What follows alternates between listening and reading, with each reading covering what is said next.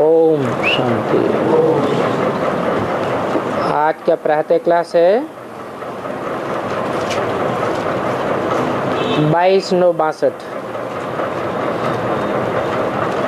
Record चला है तूने रात गंवाई सोए के, दिवस गंवाया खाए के।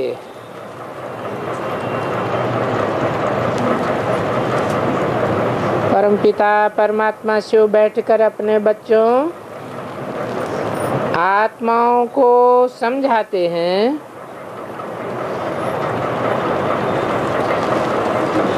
क्योंकि आत्माओं को ये पता ही नहीं है कि हमारा बाप कौन है।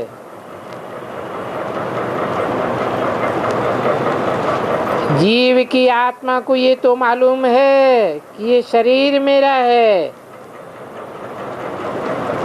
परंतु आत्मा को ये नहीं मालूम कि मैं किसकी संतान हूँ। इसलिए आत्मा को ही कहा जाता है नास्तिक।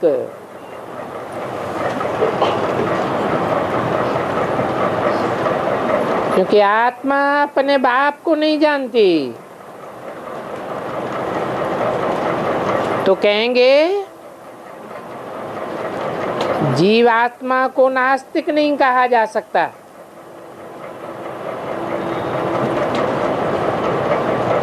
जीव की आत्मा को तो पता है कि ये शरीर मेरा है। ये सभी मनुष्यों को पता है कि हम आत्मा हैं अथवा जीवात्मा।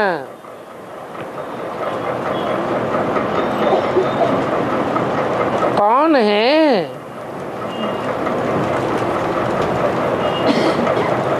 कोई को समझावेंगे तो कहेंगे ये पवित्र आत्मा है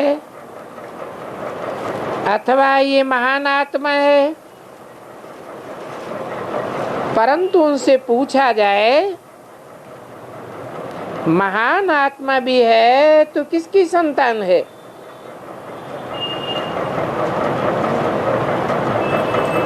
तो कहेंगे पता नहीं।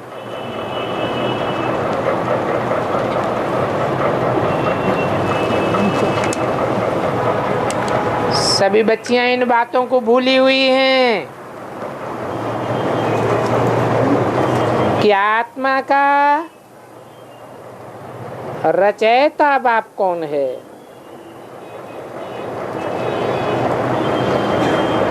यूं तो आत्मा को नहीं रचा जाता है, परंतु आत्मा का परिचय देना ही रचना है। पहले तो आत्मा को नहीं जानते थे।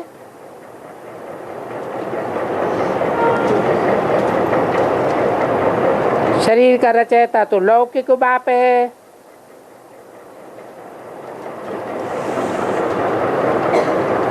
परंतु वो ये रियलाइजेशन नहीं है कि मेरा बाप कौन है।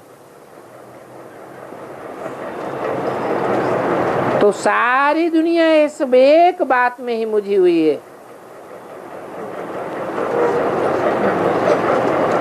आत्मा ये जानती है कि मेरा ये शरीर है, इस शरीर को रचने वाला हमारा लौकिक बाप है। ये तो ठीक है, परंतु आत्माओं का बाप कौन है?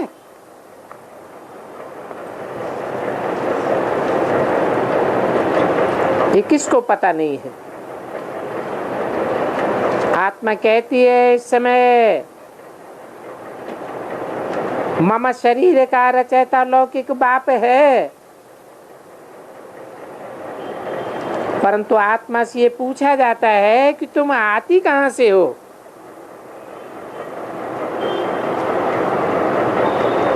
तो जरूर कहेगी परमधाम से, तो जरूर पारलौकिक बाप भी होगा। परंतु वो तुम्हारा पारलौकिक बाप कौन है?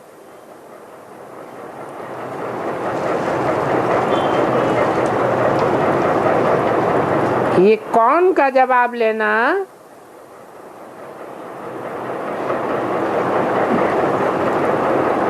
रियलाइजेशन कराना है कि ढेर की ढेर आत्माएं हैं, तो उनमें पारलौकिक बाप कौन है?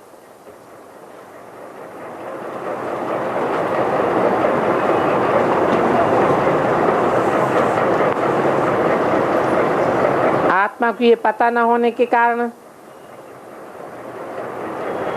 आत्मा को नास्तिक कहा जाता है अथवा निर्धन का आर्फन कहा जाता है। तो कहेंगे आत्मा को न जानने के कारण और आत्मा के बाप को न जानने के कारण सारी दुनिया निर्धन की हो गई है, आर्फन बन गई है। इसलिए आपस में लड़ते झगड़ते रहते हैं।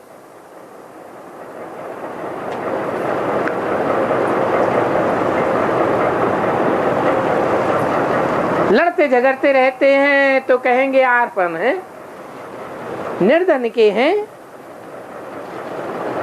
भलापन को ब्राह्मण कहलाते हैं, बी के कहलाते हैं या पी बी के कहलाते हैं।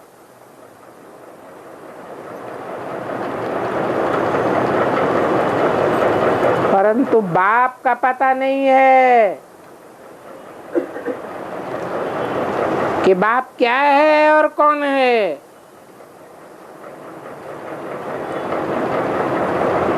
घर के लिए आपस में लड़ते हैं तो कहा जाता है तुम्हारा कोई धनी दोरी नहीं है, तुम क्यों झगड़ते हो? विद्वान, आचार्य, पंडित कोई को भी इन बातों का पता नहीं है। कह देंगे हम आत्माएं तो बुदबुदा हैं जो मिटते और बनते रहते हैं। एक तरफ कहेंगे आत्मा अविनाशी है, दूसरी तरफ कहेंगे बुदबुदा है। सागर से निकले हैं फिर सागर में लीन हो जाएंगे। गोया बुदबुदा सागर का बच्चा ठहरा।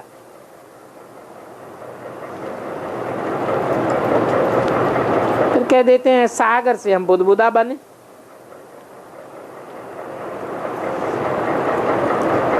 अगर कहें हम सागर के अंश हैं तो भी तो अलग हो गया ना। बड़ी ज्योति का अंश है तो भी टुकड़ा अलग हो गया। तो फिर तत्व में लीन होने की बात तो सिद्ध नहीं होती, क्योंकि आत्मा तो अविनाशी है और इमॉर्टल बाप का, इमॉर्टल आत्मा का बाप भी इमॉर्टल ही होना चाहिए। मॉर्टल शरीर का बाप मॉर्टल है। शरीर को देखकर तो झट कहेंगे ये हमारा बाप है।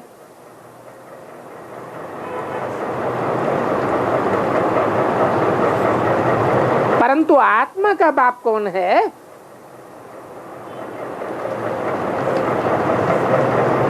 महान आत्मा, पवित्र आत्मा, आत्मा कहती है ना, कहते हैं मेरी आत्मा को मत रंजाओ। आत्मा बोलती है ना। तो आत्मा को ये पता नहीं है कि मेरा बाप कौन है।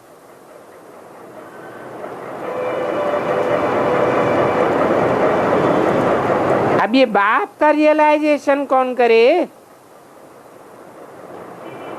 कौन रियलाइज करावे? तो बाप खुद आए हैं अपना परिचय देने के लिए।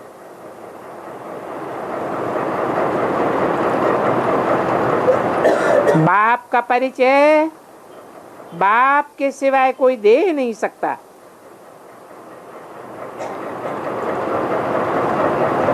और बाप जहां से आए हैं, जहां आत्माएं रहती हैं, वो है परम धाम।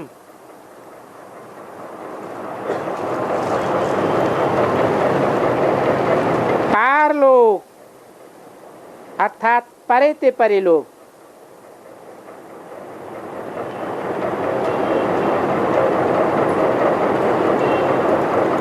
जहां ब्रह्मा विष्णु शंकर रहते हैं उसको कहेंगे सूक्ष्म वतन।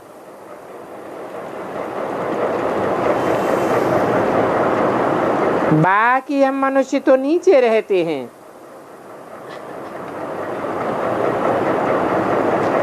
तो यहाँ है त्रिलोकी, 3 लोक। मूल वतन अर्थात इनकॉर्पोरियल वर्ल्ड, निराकारी दुनिया। सूक्ष्म वतन और स्थूल साकारी वर्ल्ड। तो ये 3 लोक का राज समझाना है। मूल वतन वहां है जहां से हम आत्माएं आती हैं मूल रूप में।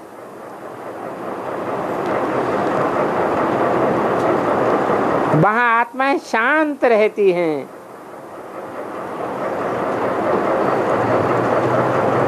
तो वहां का नाम ही है शांति धाम। पर दूसरा है सूक्ष्म लोक,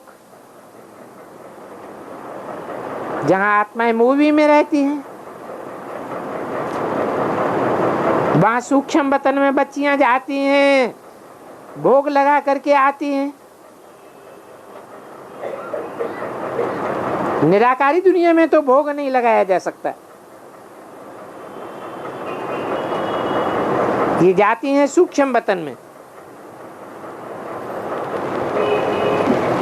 और वहां सभी इकट्ठे होते हैं।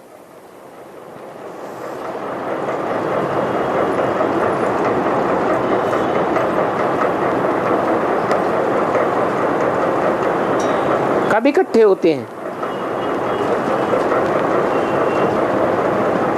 सभी कब इकट्ठे होते हैं? हैं?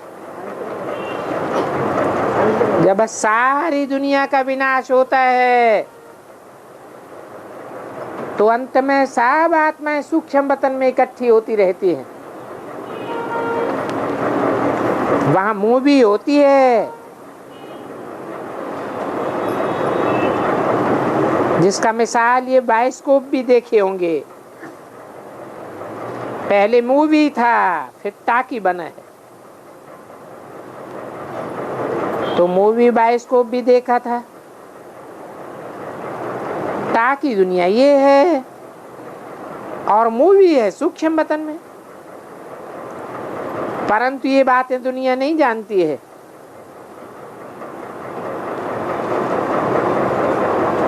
बाबा पहले पहले सूक्ष्म वतन रचते हैं।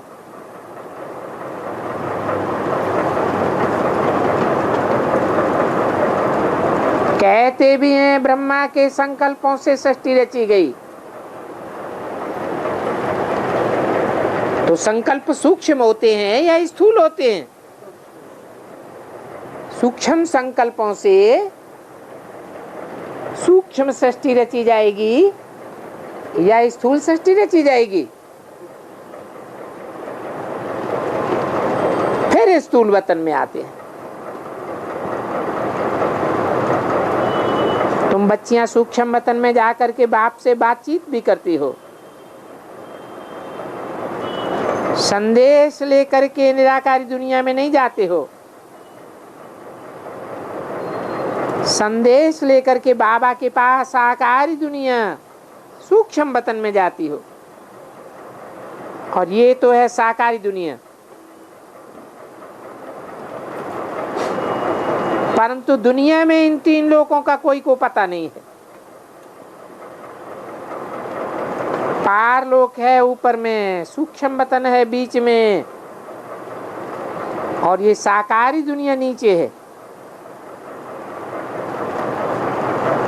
और सारी हिस्ट्री ज्योग्राफी से नीचे की दुनिया की है।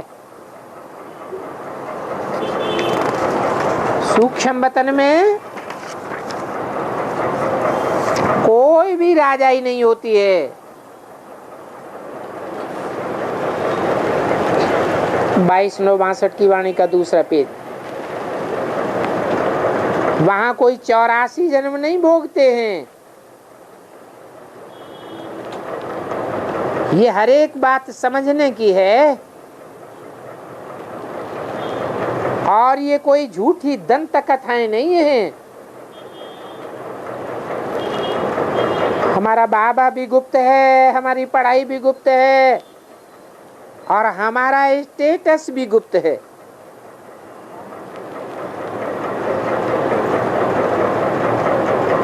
वो लोग तो यहाँ ही पढ़ करके बैरिस्टर, इंजीनियर आदि बनते हैं।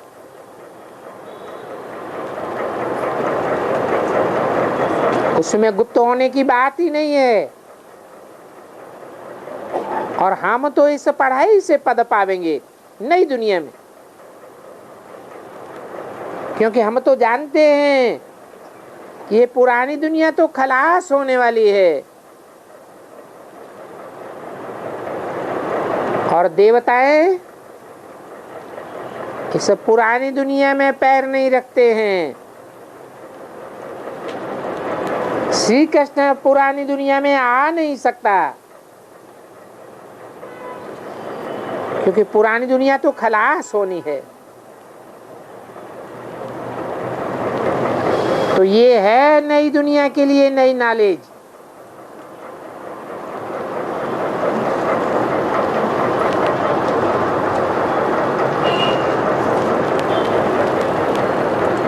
जितनी नई नॉलेज होगी उतनी नई दुनिया होगी।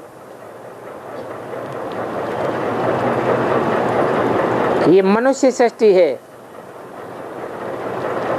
और सत्युग में है देवी देवताओं की सृष्टि। सतयुग को गॉड गॉडेस नहीं कह सकते। गॉड तो भगवान को कहा जाता है, तो जरूर गॉडेस भगवती को कहा जाता है। तो ये गॉड गॉडेस वास्तव में कहाँ का टाइटल है? जरूर कहेंगे संगम सतयुग के बाद, सतयुग से पहले और कलयुग के अंत का टाइटल है।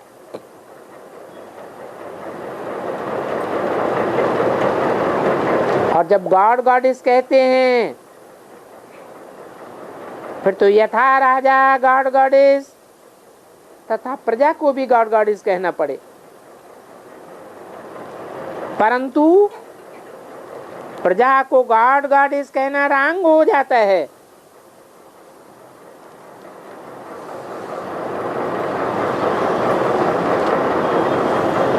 प्रजा को गॉड गॉडेस नहीं कह सकते,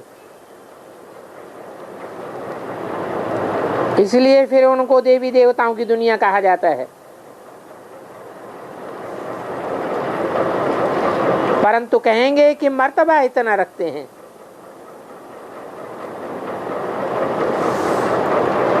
तो ये गॉड गॉडेस कौन थे?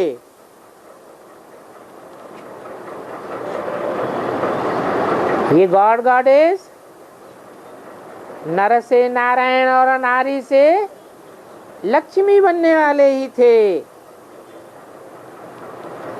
क्योंकि उनको गॉड डायरेक्ट पढ़ाते हैं। तो पढ़ाने वाला गॉड है, तो पढ़ने वाले भी गॉड गॉडेस ही बनेंगे।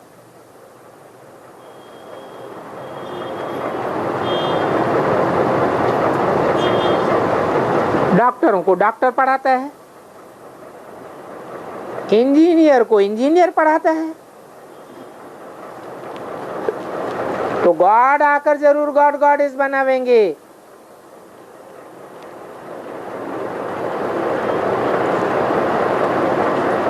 ये लक्ष्मी नारायण गॉड गॉडेस थे।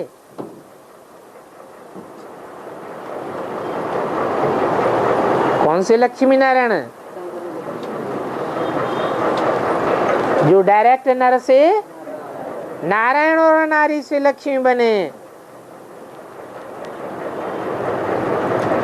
और बीच में प्रिंस प्रिंसेस नहीं बनते हैं।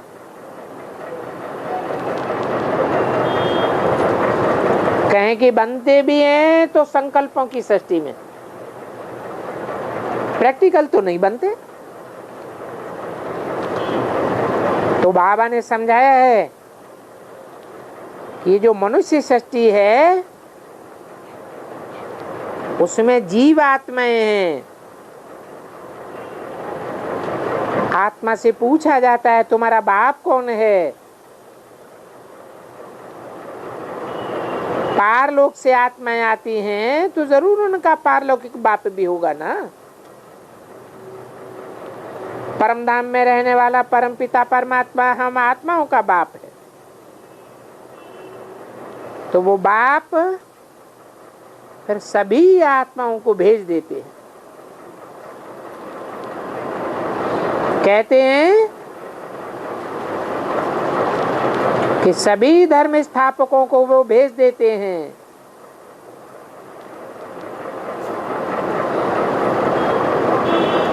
और हम याद भी उनको करते हैं।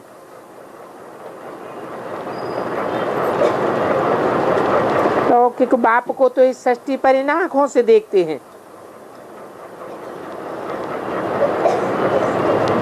परमपिता परमात्मा को हमेशा ऊपर नजर करके याद करेंगे।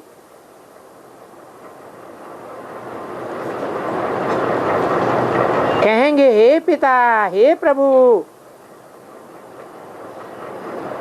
तो जरूर आत्माओं का घर ऊपर में है ना। लौकिक संबंध से तो ये स्थूल घर याद आता है, और पारलौकिक संबंध से ऊपर का परमधाम याद आवेगा। जब कोई मरता है तो उसको कहा जाता है भगवान को याद करो।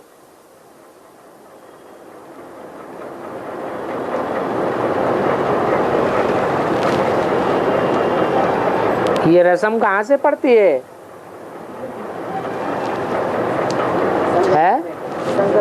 जब देह से, देह के संबंधों से, देह की दुनिया से, देह के पदार्थों से ममत्व टूट जाता है, अर्थात पूरा देहवान छूट जाता है, एक भगवान ही सहारा बनता है,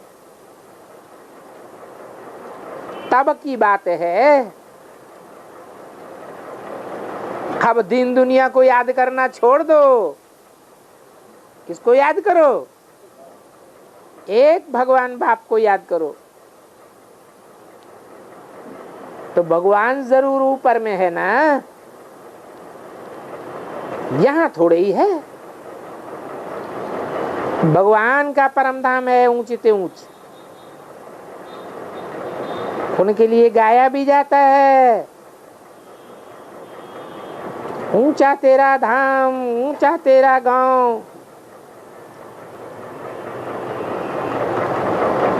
जब साहब से भी बातें उठाए सिख लोगों को समझाना है।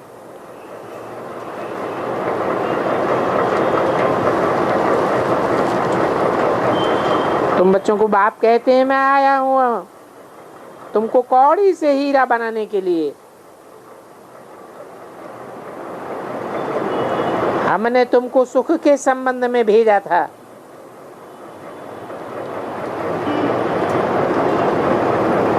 फिर तुम माया के बंधन में कैसे बंध गए?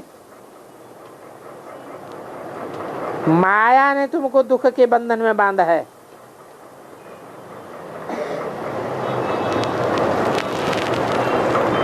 यहाँ ये माया का कर्म बंधन है। सतयुग में कर्म बंधन नहीं कहेंगे, क्योंकि वहां कोई भी विकारी कर्म नहीं होते। वहां तो सुख का संबंध ही है। यहाँ इस दुनिया में है बंधन, और बंधन तो खराब चीज होती है। हमने तो तुमको सतयुग के संबंध में भेजा था, फिर माया ने दुख के बंधन में जकड़ा है। सतयुग त्रेता में कितना तुमने सुख भोगा। दुख होता ही तब है जब तमो प्रधान आत्मा होती है, जड़ जड़ीभूत अवस्था हो जाती है। इस शरीर को भी पहले बाल्यावस्था होती है, उनको कहेंगे सतो, फिर रजो, फिर तमो। बुढ़ापे में जर्जरीभूत अवस्था हो जाती है। तो ये सृष्टि भी ऐसे है। कलयुग का अंत है जर्जरीभूत अवस्था। अब ये कलयुगी पुरानी दुनिया खलास होनी है। ये कलयुग का अंत, यहाँ कुंभी पाक नरक है ना, बिच्छू टिंडन नागबलाएं पैदा ही करते रहते,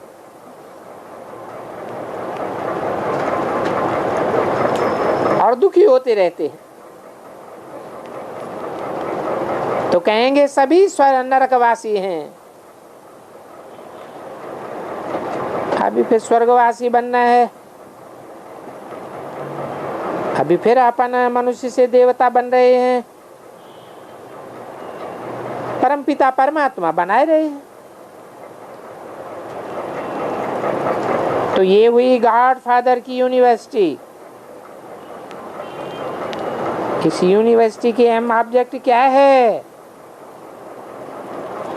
ये भी कोई नहीं जानते हैं। अरे बैरिस्टर पढ़ाई कर क्या बनावेगा, डॉक्टर पढ़ा करके क्या बनावेगा,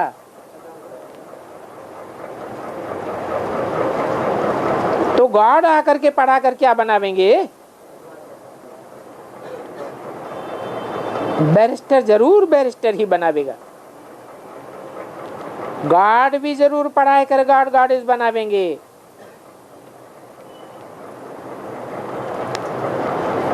ये लक्ष्मी नारायण गॉड गॉडेस भारत में ही राज्य करते थे।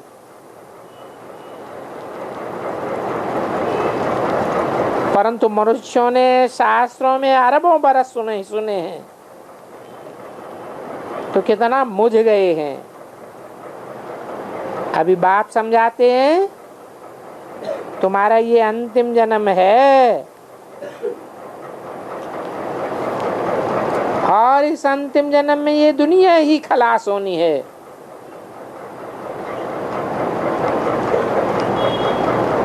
देखा जाता है इस दुनिया को खलास करने का बारूद भी तैयार हो चुका है।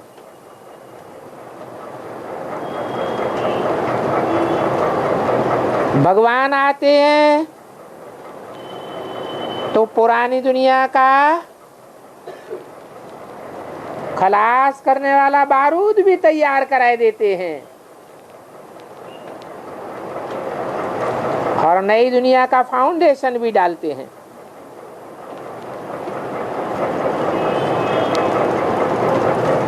एक काम गुप्त में होता है और एक काम स्थूल में होता है। स्थूल बुद्धि वालों के द्वारा स्थूल काम होता है विनाश का, और सूक्ष्म बुद्धि वालों के द्वारा नई दुनिया की स्थापना कराते हैं। तो अभी ये दुनिया खलास होनी है। जब तक भगवान बाप नहीं आते हैं तो ये दुनिया को खलास करने वाला बारूद भी तैयार नहीं होता।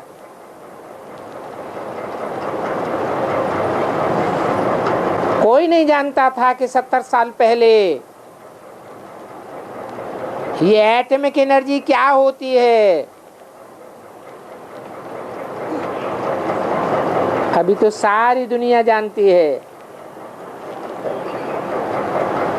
कि दुनिया के खलास करने का सामान तैयार हो गया। बाप कहते हैं अभी छोटे बड़े सभी की वानप्रस्थ अवस्था है,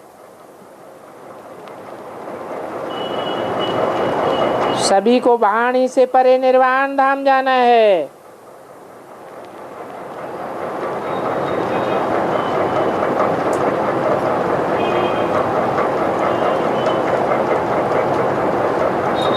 हर एक अपने धर्म की बातें कितनी सुनाते रहते हैं, सब तमो प्रधान बातें सुनाते हैं, बोल बोल करके कितना रोला कर दिया है। अभी बाप आए हैं, कहते हैं ये बोल बोल की दुनिया खलास होनी है, अभी निर्वाण धाम जाना है।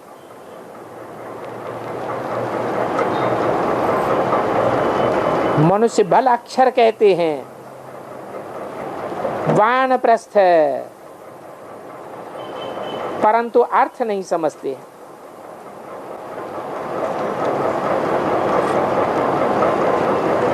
हर एक बात का अनर्थ कर देते हैं,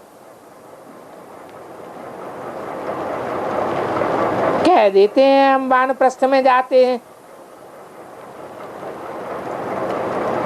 बाप कहते हैं हे मेरे लाडले बच्चे, मैं तो तुम्हारा ओबीडेंट सर्वेंट हूं, मैं आया हूं तुमको पतित से पावन बनाने। तो अभी मेरी मत मानो,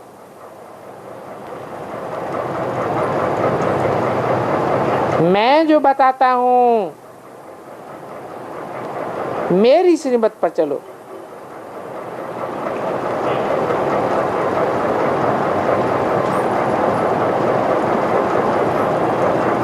मैं ही श्रेष्ठ ते श्रेष्ठ हूं,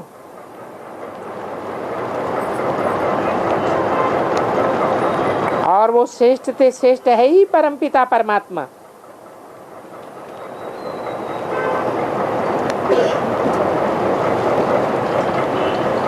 जब श्रेष्ठ ते श्रेष्ठ कहा जाता है और भ्रष्ट ते भ्रष्ट कहा जाता है, तो कौन सी दुनिया की बातें है?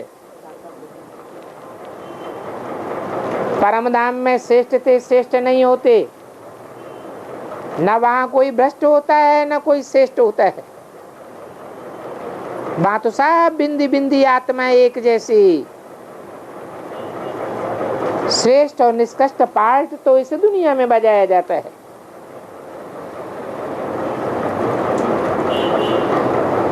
तो वो श्रेष्ठ ते श्रेष्ठ है ही परमपिता परमात्मा,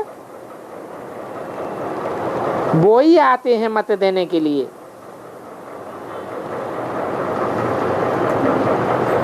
परंतु वो श्रेष्ठ ते श्रेष्ठ मत देने वाला जन्म मरण के चक्र में नहीं आता है।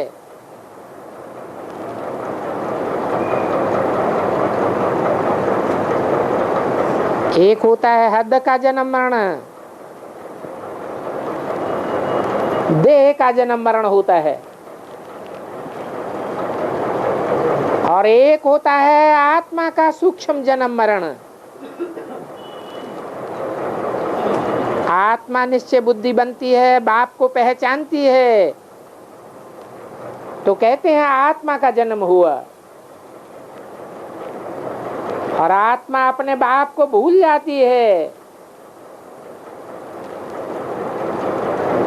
त्याग देती है, तो कहेंगे मृत्यु हो गई आत्मा की,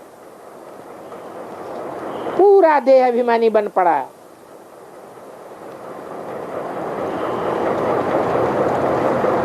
जो बेहद का जन्म मरण है,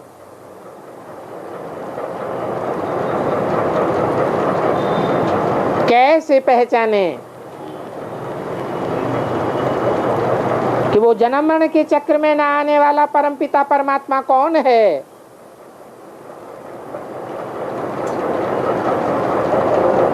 वो एक है या अनेक है? है? एक है, बाकी सब बाकी बाकी सब निश्चय अनिश्चय रूपी जन्म मरण के चक्र में आने वाले हैं। ये भी एक परमपिता परमात्मा की पहचान है इस दुनिया में कि वो जन्म मरण के चक्र में नहीं आता है।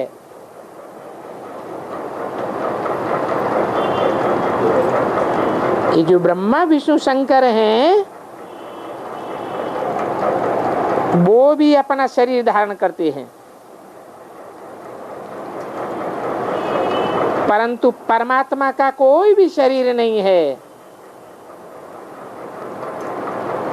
अपना शरीर नहीं है। तब कहते हैं मैं अशरीरी निराकार हूं। आकारी तो जरूर सूक्ष्म वतन में होंगे।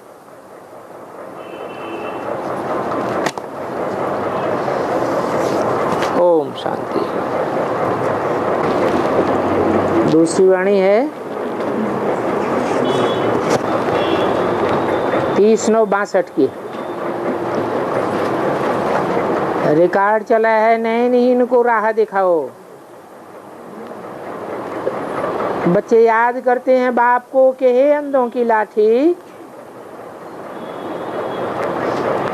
सभी अंधे बुद्धिहीन तो हैं ही ना।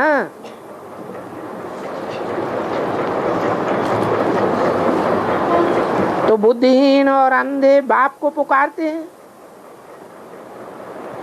कि बाबा हम नयनहीन हैं, बुद्धिहीन बन गए हैं,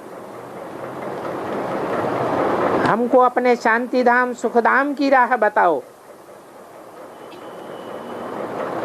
बार बार हमारा मन बुद्धि भटक जाता है।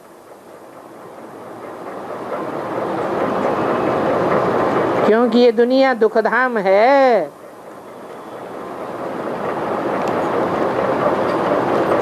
सुखधाम का रास्ता हम भूले हुए हैं। सतयुग को सुखधाम कहा जाता है और कलयुग को दुखधाम कहा जाता है। और वो है शांति धाम, जहां अशरीरी दुनिया है। आत्मा अशरीरी है ना, वहां आत्माओं को शरीर नहीं है। शरीर तो यहां मिलता है। तो वो है निराकारी दुनिया, वाणी से परे का स्थान। और ये है टाकी दुनिया। शरीर मिलने से आवाज होने लग पड़ता है, क्योंकि आत्मा अलग चीज और शरीर अलग चीज। ये आत्मा मन बुद्धि सहित है, ऐसे नहीं है कि शरीर मन बुद्धि सहित है। शरीर छूट जाता है, आत्मा चली जाती है। तो क्या शरीर में मन बुद्धि रह जाती है? नहीं, आत्मा तो चैतन्य है और ये शरीर तो जड़ है। हम आत्मा का धर्म शांत है। जब शरीर धारण करते हैं तो कर्म करते हैं।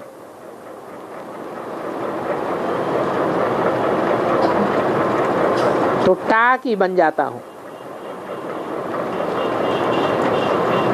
असल में हम आत्मा शांति धाम के रहवासी हूं, जहां से हम आते हैं। परंतु पहले पहले कौन सी आत्माएं आती हैं? कोई नियम है?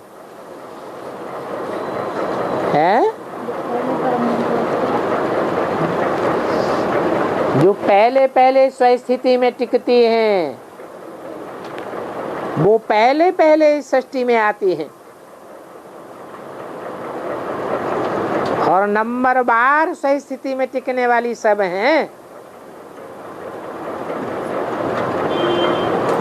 जो बाद में आत्मिक स्थिति में टिकती हैं वो बाद में आती हैं।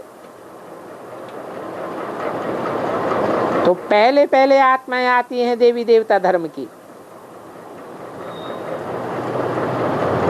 देवी देवताएं होते ही हैं स्वस्थिति वाले। सतयुग में पवित्र देवी देवताएं रहते थे, गुणों की महिमा गाई जाती है। सर्वगुण संपन्न, 16 कला संपूर्ण, अहिंसा परमो देवी देवता। सतयुग में 5 विकार होते ही नहीं है, तो उनको कहा जाता है सुखधाम। परंतु सुखधाम का कोई को भी पता नहीं है कि वो सुखधाम कहाँ होता है। और दुखधाम में तो मनुष्य पुकारते हैं कि हम अंधे हैं, हे सदगुरु आकर के राह बताओ। क्योंकि गाया भी जाता है सदगुरु तारे कुसंग बोरे। तो जरूर दुनिया में कुसंग ही कुसंग है। जो सैकड़ों वर्षों से ये दुनिया गिरती ही चली आई, सब डूबते जा रहे हैं। ये कलयुगी गुरु डुबोते हैं। कहा भी जाता है सदगुरु बिना घोर अंधेरा, और गुरु तो अभी ढेर हैं। सदगुरु तो एक ही गाया हुआ है। सतयुग त्रेता है दिन, द्वापर कलयुग है रात। इस भारत में ही 5000 वर्ष पहले सुखी ही सुख था, और पवित्र गृहस्थ आश्रम था। उसको कहा जाता है स्वर्ग अथवा देवताओं की दुनिया, और इसको कहा जाता है असुरों की दुनिया। यही भारत देवी देवताओं का परिस्थान था। अभी तो कब्रिस्तान है, मुर्दे बन पड़े हैं, जैसे कि कोई बात बुद्धि में बैठती नहीं। अभी इस पुराने मकान में रहने की दिल नहीं होती है,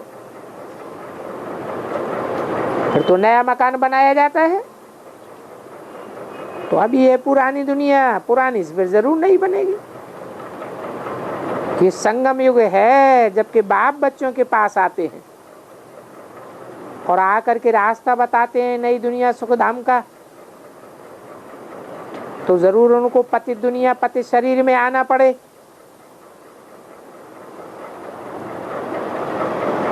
ऐसे तो सारी दुनिया पतित है।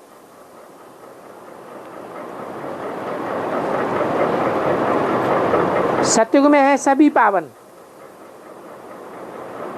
कलयुग में है सभी पतित। परंतु सतयुग में तो इतने मनुष्य नहीं होते हैं। ये झाड़ तो पीछे वृद्धि को पाता है। जब मनुष्यों की वृद्धि होती है और पुनर्जन्म भी जरूर सभी को लेना पड़े, तो बाप समझाते हैं सभी घोर अंधेरे में। बल ढेर के ढेर गुरु हैं, परंतु वो सब कलयुगी। ये गुरु लोग तो होते ही आए हैं और जन्म मरण में भी आते रहते हैं, क्योंकि वापस जाने का रास्ता तो कोई जानता ही नहीं है। बाबा ने समझाया है, एक है ज्ञान, दूसरी है भक्ति और तीसरा है वैराग। वैराग तो है सन्यासियों का,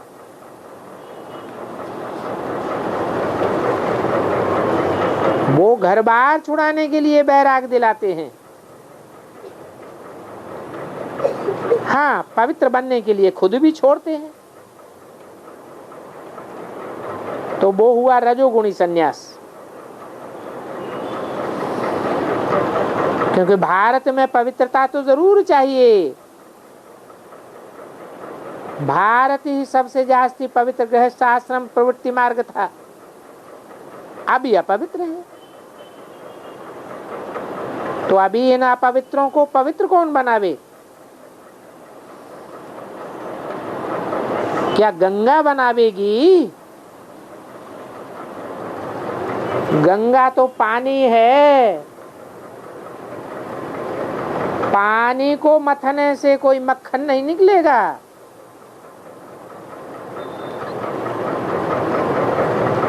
ये तो ज्ञान सागर बाप है, सागर मंथन का तो नाम वाला है। सागर का मंथन होता है तो क्या निकलता है? नए नए रतन निकलते हैं।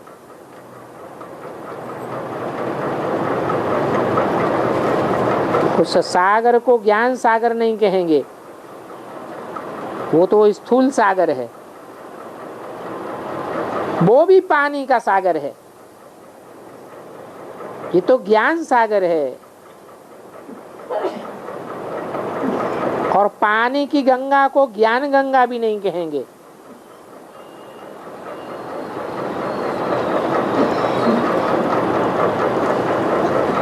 ज्ञान का सागर, सुख का सागर, ये परमपिता परमात्मा की महिमा है। तो बाप कहते हैं तुम भक्ति मार्ग में ये महिमा गाते आए हो तो जरूर बेहद के बाप की ये वस्तु है। उस बाप से जरूर वर्षा मिलना है।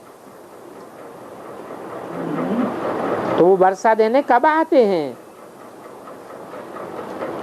जरूर तब आते हैं जब सब मनुष्य दुखी हो जाते हैं। बेहद का बाप जरूर बेहद का सुख देंगे। वो है वैकुंठ नई दुनिया का रचयिता। तो बाप कहते हैं मैंने तुम्हें सुख का वर्षा दिया होगा ना। लौकिक बाप से तो तुम जन्म जन्मांतर अल्पकाल का वर्षा लेते आए हो। अभी मैं आया हुआ हूँ वैकुंठ की बादशाही का वर्षा देने। 21 पीढ़ी गाई हुई है। 21 कुल का उद्धार कौन करेंगे? जरूर सुख देने वाला एक है। गाया भी जाता है तुम मात पिता हम बालक तेरे। लौकिक बाप की ऐसी महिमा नहीं करेंगे। शिव के मंदिर में जा कहते हैं तुम माता पिता हम बालक तेरे, परंतु भारतवासी ये थोड़े ही जानते हैं हम ये महिमा किसकी गाते हैं। बाप कहते हैं कि तुम ये मुझे निराकार बाप की वंदना करते हो, मेरे से अभी तुमको सुख का वर्षा मिल रहा है। सतयुग का बेहद का सुख तुम अभी ले रहे हो। अपार सुख है तो अभी तुम मेरा हाथ पकड़ो और संग बुद्धि का योग तोड़ मेरे संग जोड़ो। मैं गाइड बन करके आया हुआ हूं ज्ञान और योग सिखलाने के लिए। 30/9/62 की वाणी का दूसरा पेज। अभी जो पवित्र बनेंगे वो ही पवित्र दुनिया में सुख पावेंगे। सभी का उद्धार होना है। हम पहले पूज्य देवता थे, अभी पुजारी बने। गायन भी आपे ही पूज्य आपे ही पुजारी। भारत में पूज्य देवताएं थे, वो ही अभी पुजारी बने हैं। राज्य करते करते पुनर्जन्म लेते हैं।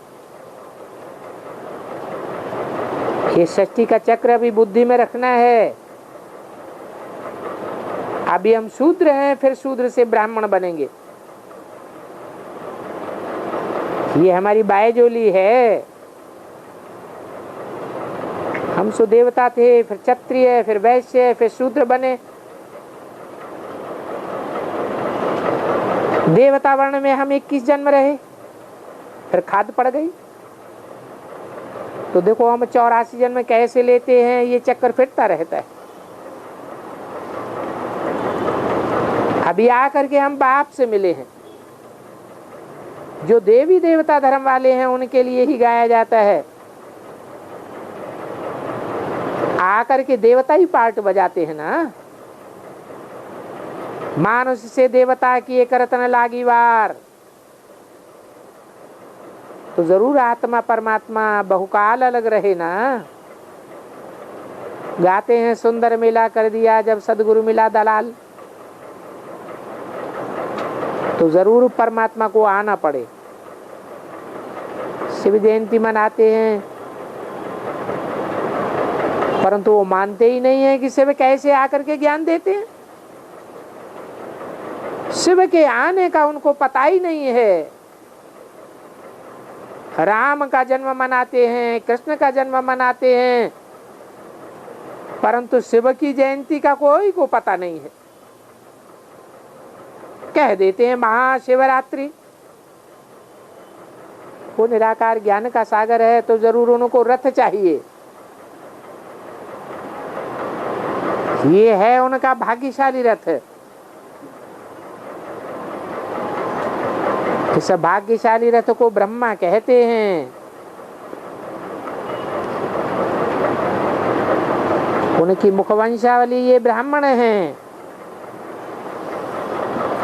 वो तो कुखवंशावली ब्राह्मण है।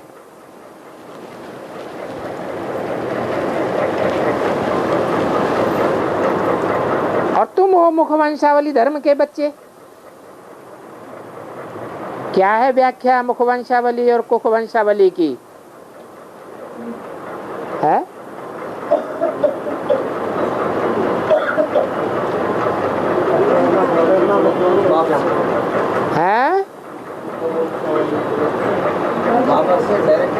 जो मुख से ज्ञान सुन करके ब्राह्मण बनते हैं,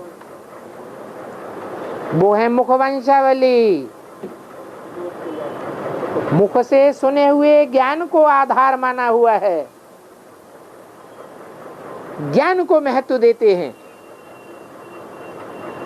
और जिन्होंने ज्ञान को महत्व नहीं दिया, कोख अर्थात गोद लेने को महत्व दिया कि हमने बाबा की गोद ली है, तुमने थोड़ी गोद ली है। मुख से निकली हुई बातों को नहीं मानेंगे। किसको मानेंगे? गोद को महत्व देंगे। तो गोद कहा जाता है कुख को, उनको कहा जाता है कुखवंशावली ब्राह्मण। अभी तुम तो मुखवंशावली धर्म के बच्चे हो, तो वो काहे के बच्चे हो गए? वो धर्म के बच्चे हुए या अधर्म के बच्चे हुए? अधर्म के बच्चे हो गए।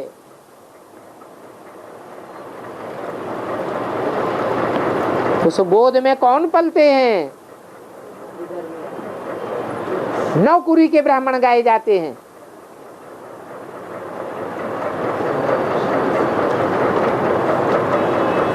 कौन सी कुरी वाले श्रेष्ठ होते हैं?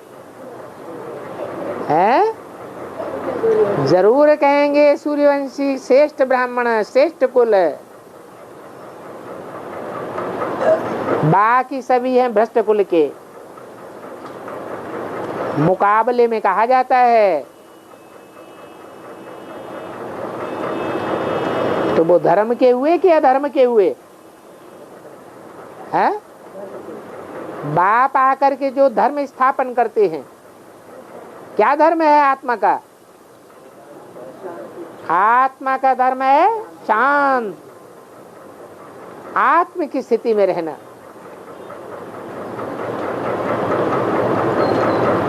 जिनका आत्मिक धर्म नहीं है, वो फिर देवभान में आते हैं।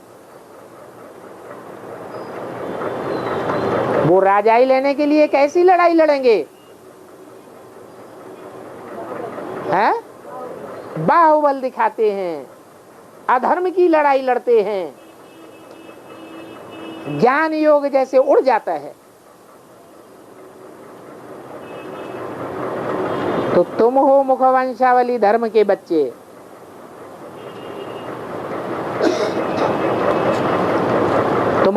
में पले हो, कोख का तुमको बहुत फखुर है, या मुख से निकले हुए ज्ञान का फखुर है? तुमको ज्ञान का फखुर है। परमपिता परमात्मा आकर बच्चों को धर्म की गोद में लेते हैं।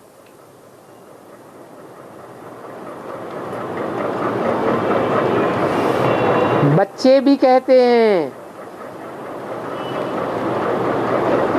और गोद में भी लेते हैं।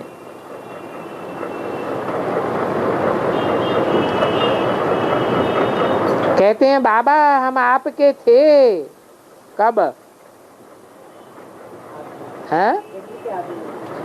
यज्ञ के आदि में भी हम आपके थे, फिर आपने सुख में हमें भेजा।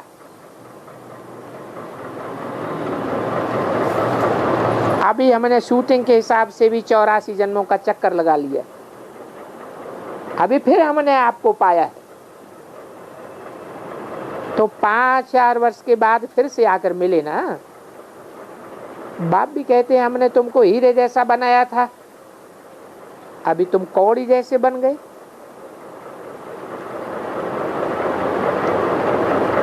क्या अंतर होता है हीरे और कौड़ी में? कौड़ी में अंधेरा होता है, हीरे में चमक। कौड़ी में अंधेरा होता है और हीरे में ज्ञान की रोशनी भरी पड़ी है।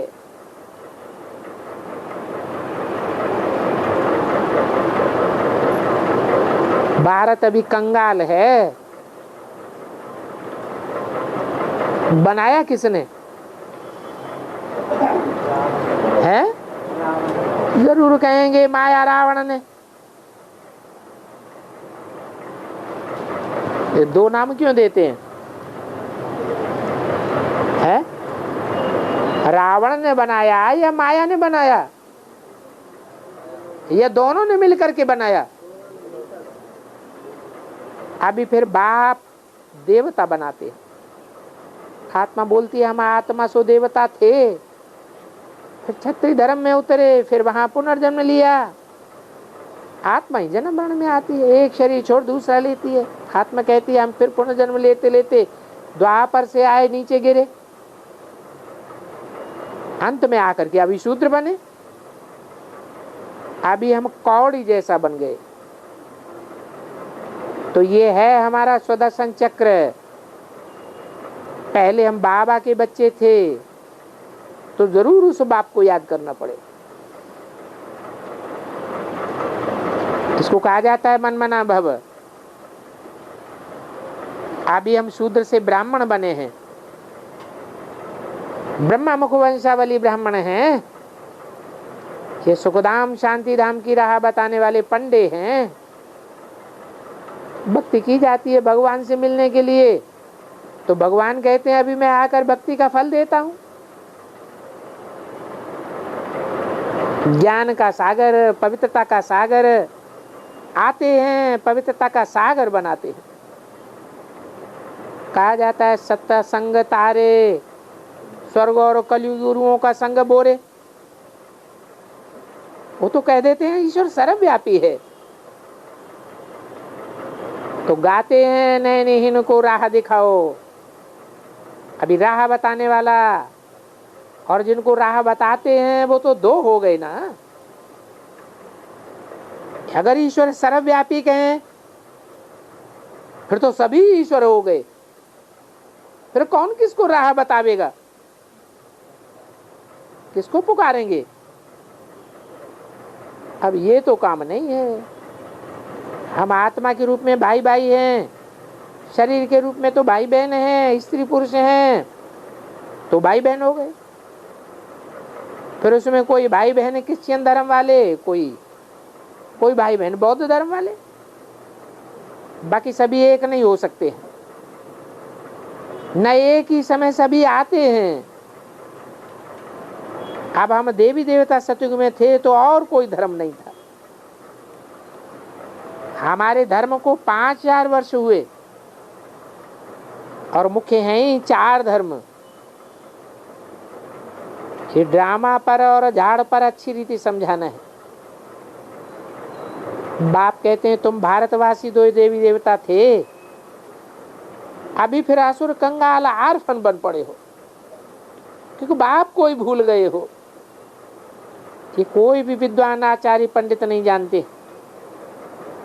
इसलिए गीता में श्रीमद् भगवत कहते हैं भगवान ही श्रेष्ठ है। श्री माना श्रेष्ठ, तो श्रेष्ठ पे श्रेष्ठ है एक परमपिता परमात्मा। फिर सेकंड नंबर में है ब्रह्मा विष्णु शंकर। फिर थर्ड नंबर में कौन? ये लक्ष्मी नारायण। ये मनुष्य सृष्टि है। इस मनुष्य सृष्टि में 84 जन्म भोगने होते हैं। सूक्ष्म वतन में तो भोगते नहीं है। हम 84 जन्म भोगेंगे। फिर जो और धर्म वाले आते हैं वो कम जन्म लेंगे।